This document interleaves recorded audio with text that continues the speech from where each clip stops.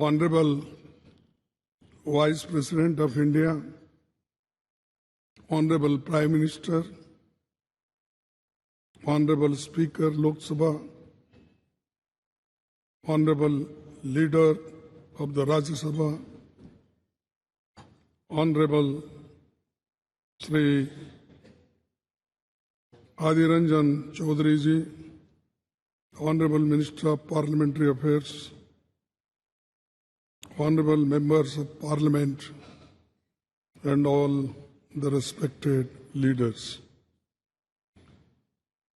We have all gathered here today to commemorate the rich legacy of the Parliament of India in this historic Central Hall.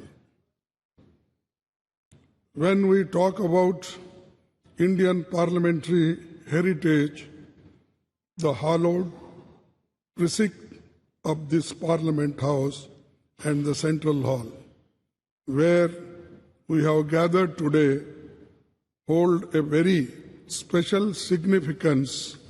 The Constitution of India is the bedrock of Indian democratic polity. It is in this very Central Hall that the Constituent Assembly held its sittings from 1946 to 1949, spanning a period of 2 years, 11 months, and 17 days. Today, we humbly recall the phenomenal contributions made by Dr. Rajendra Prasad, the first President of India, Pandit Jawaharlal Nehru ji, the first Prime Minister, and architect of modern India, Sardar Vallabhbhai Patel, the first Home Minister of India, and Dr. B.R. Ambedkar, architect of Indian Constitution. It is also an occasion to recall with gratitude the contributions of Sri G.V. Malvankar, Dr. Sarvapalli Radhakrishnan, and also acknowledge the collective contribution by members of the Constituent Assembly, Provisional Parliament, and first and all subsequent Lok Sabha. This Central Hall was witness to Pandit Nehru's tryst with destiny speech on the eve of India's independence. And yesterday, the Prime Minister also mentioned this in his speech. I am thankful to you because you remembered this historic speech on this yesterday's occasion. Sir, the India's independence during his speech, the Pandit Nehruji inter alia stated, which I quote, long years ago, we have made a tryst with destiny, and now the time comes when we shall redeem our pledge, not wholly or in full measures, but very substantially. At the stroke of the midnight hour, when the world sleeps, India will awake to life and freedom. A moment comes, which comes but rarely in history, when we step out from the old to new, when an age ends, and when the soul of the nation, long suppressed, finds utterances.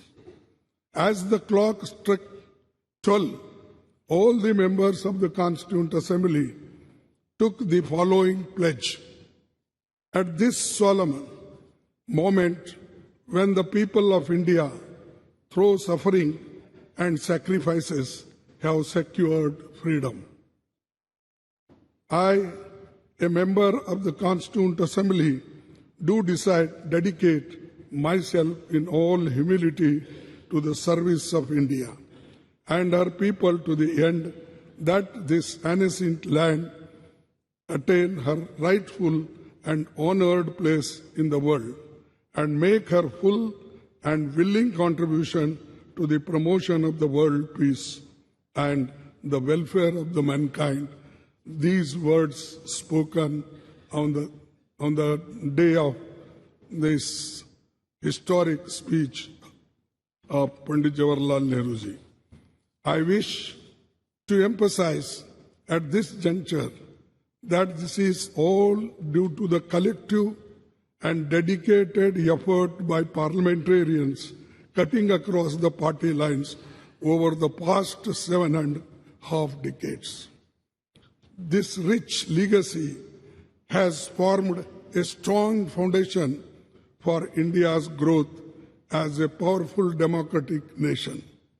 Every nook and corner of the Parliament House has witnessed the evolution of our parliamentary democracy over the past 75 years. As we bid adieu to the Parliament House and move to the new Parliament building today, I am overwhelmed with emotions and tinge of pathos. We would, of course, be continuing our parliamentary duties in the new Parliament building, but will miss the Parliament House.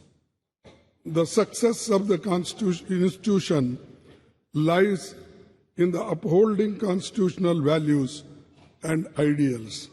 The idea that institutions are sacrosanct and essential for the success is a fundamental principle in governance and development.